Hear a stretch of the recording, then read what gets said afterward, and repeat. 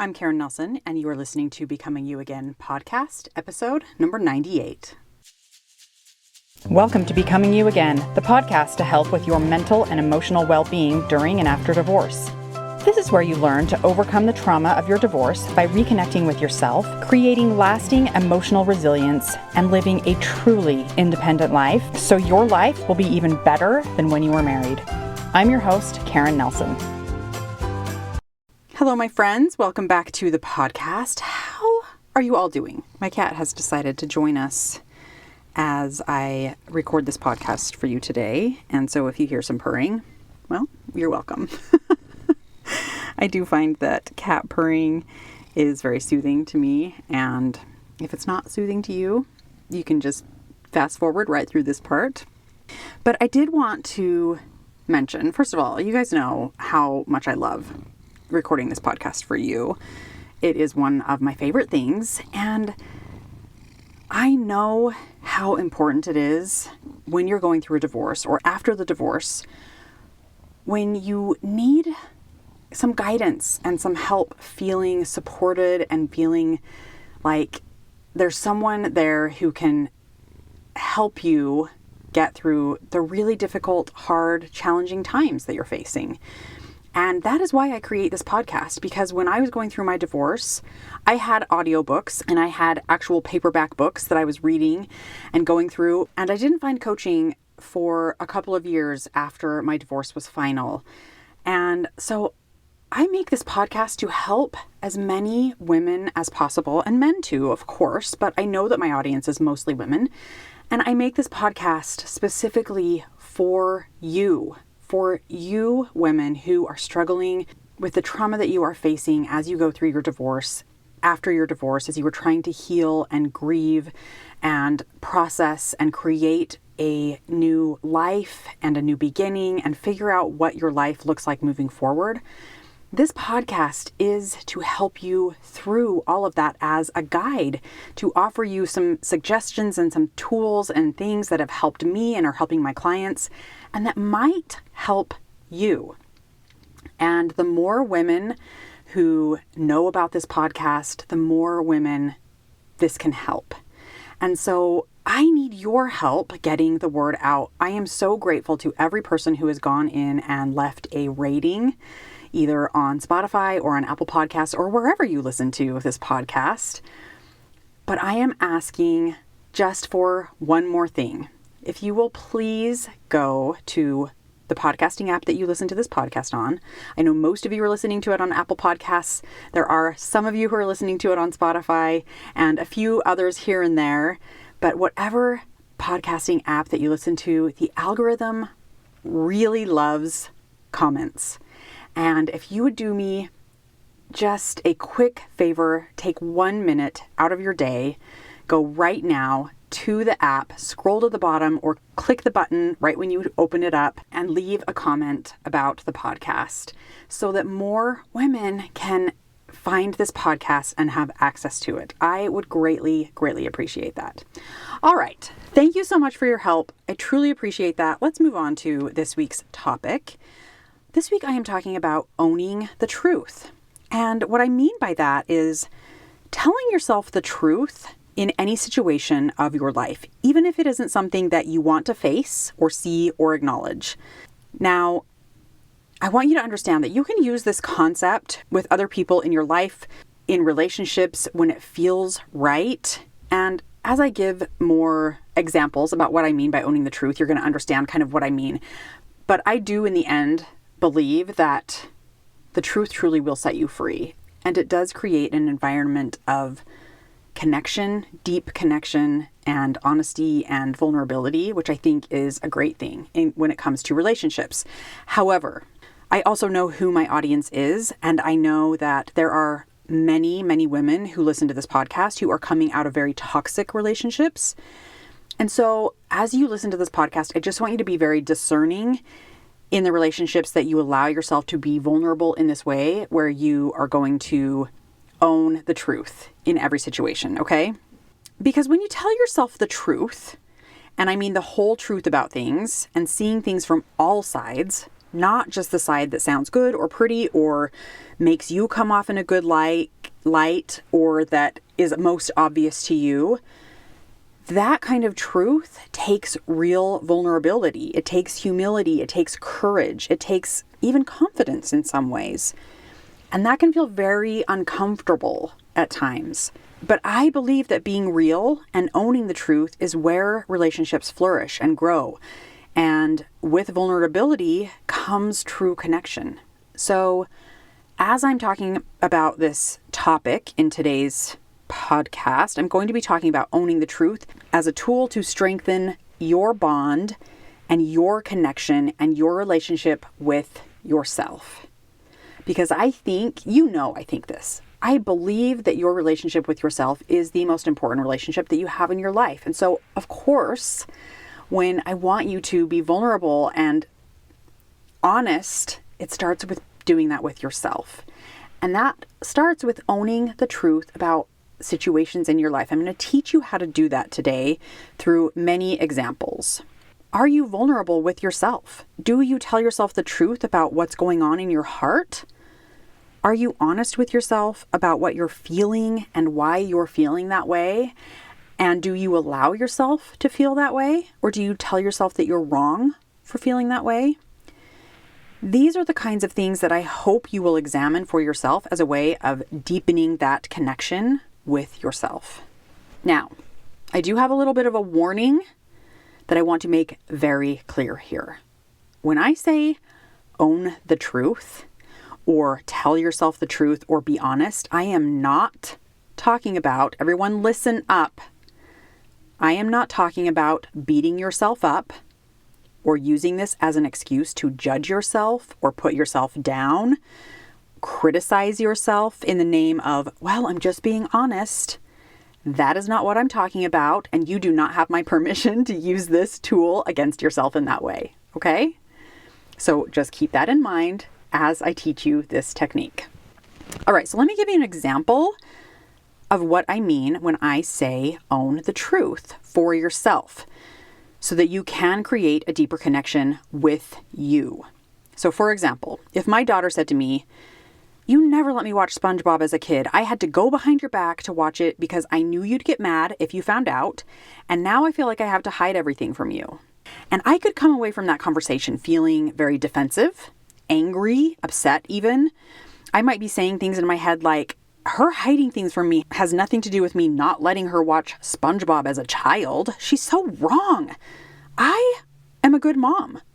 I didn't want her to watch things that were inappropriate, and I believed that that show was inappropriate for children. I just cannot believe that she's blaming me for her lying and hiding things behind my back. So that's the example. Now, I use this example because my kids and I have this joke that they call me SpongeBob Mom, because when they were younger, I would not let them watch SpongeBob. And so to us, it's a funny joke. We laugh about it. But I did tweak this example. It's not a real thing, but it is like kind of the example that I want to give when it comes to what we do to ourselves. When someone says something to us and how we take it, right? We can see one side of things.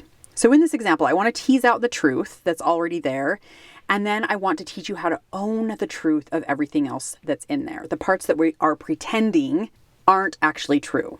So the truth that's already there is that I believed it was inappropriate for children to watch SpongeBob.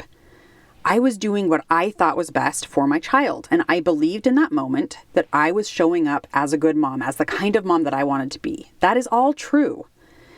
But then there's more truth that I can step up and own.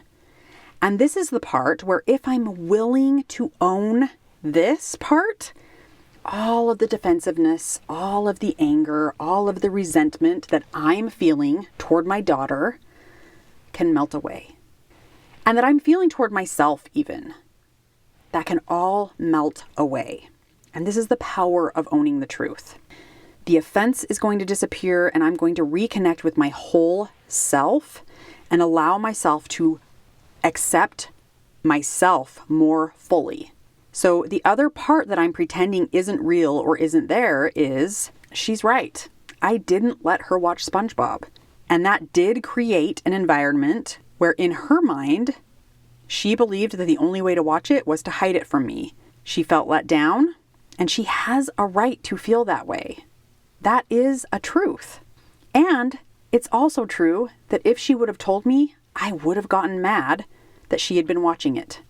All of that is true, and I'm going to own it and step into it and accept the full truth as part of me, and not get defensive and not get angry and just look at it with curiosity and understanding.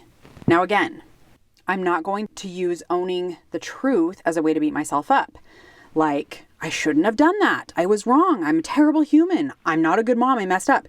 There's something wrong with me and my parenting and my choices are bad and wrong and I ruined my child's life. I'm not going to do any of that because that is not useful. That is not going to create change. That kind of judgment of myself is going to create disconnection with myself. It's going to create disconnection with my daughter.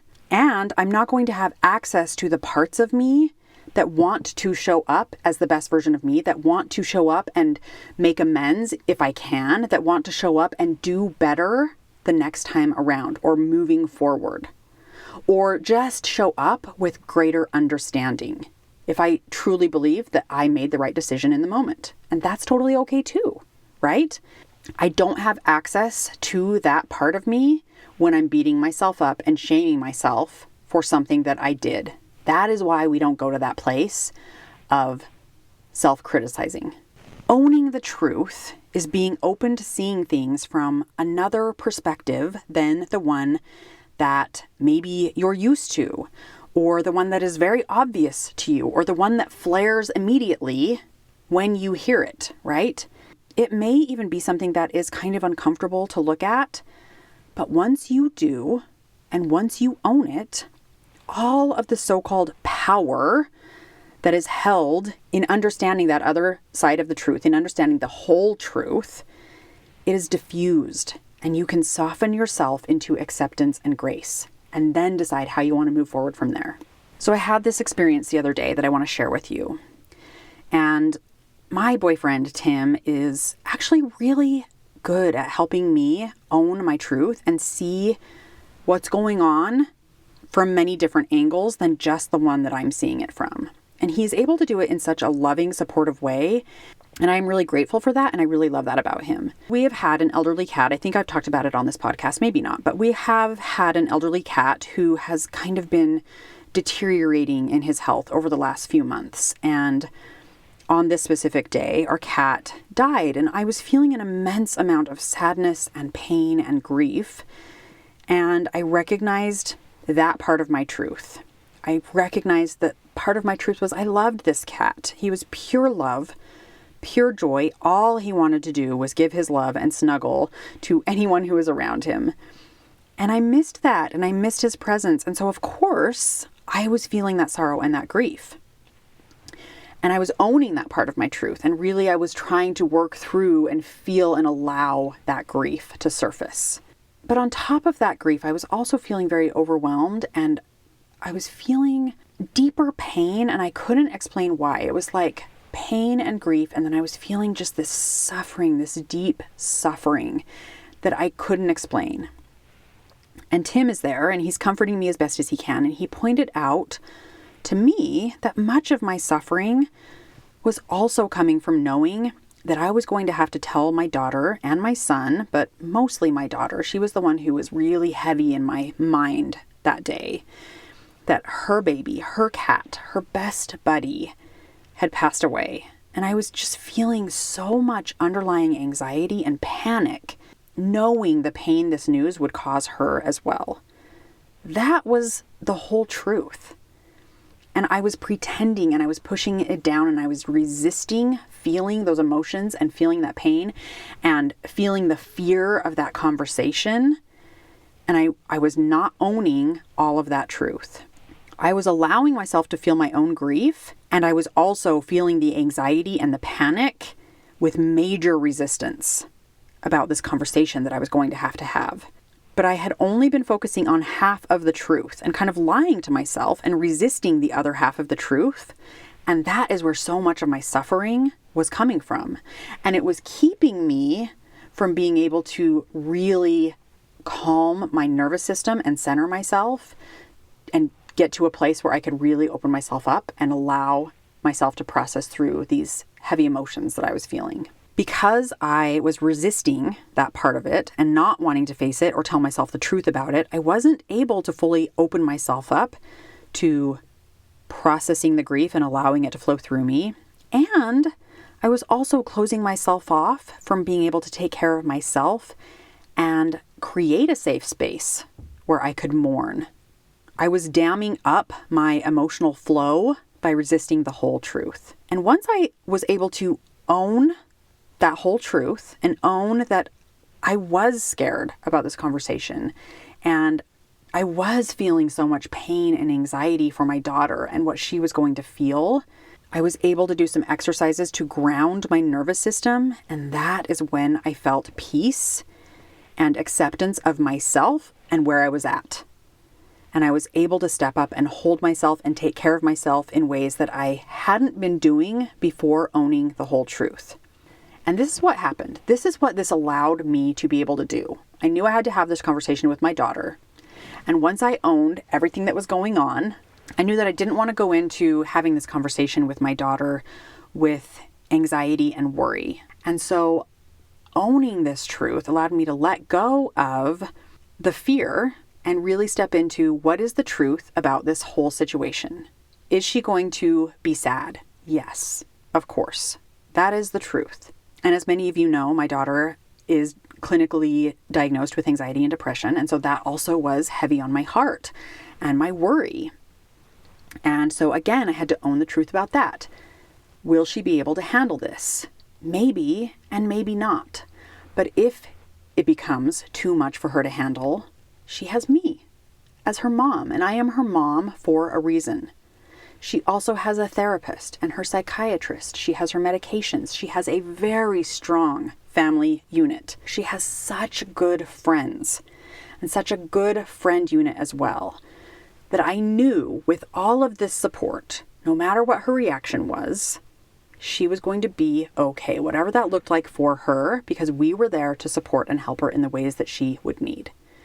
And with that thought and that truth in my head, I was able to go into this conversation showing up as the mom that I wanted to be, who showed up with compassion and love, and then showing up with the love and support to my kids in the ways that they needed and to myself in the way that I needed.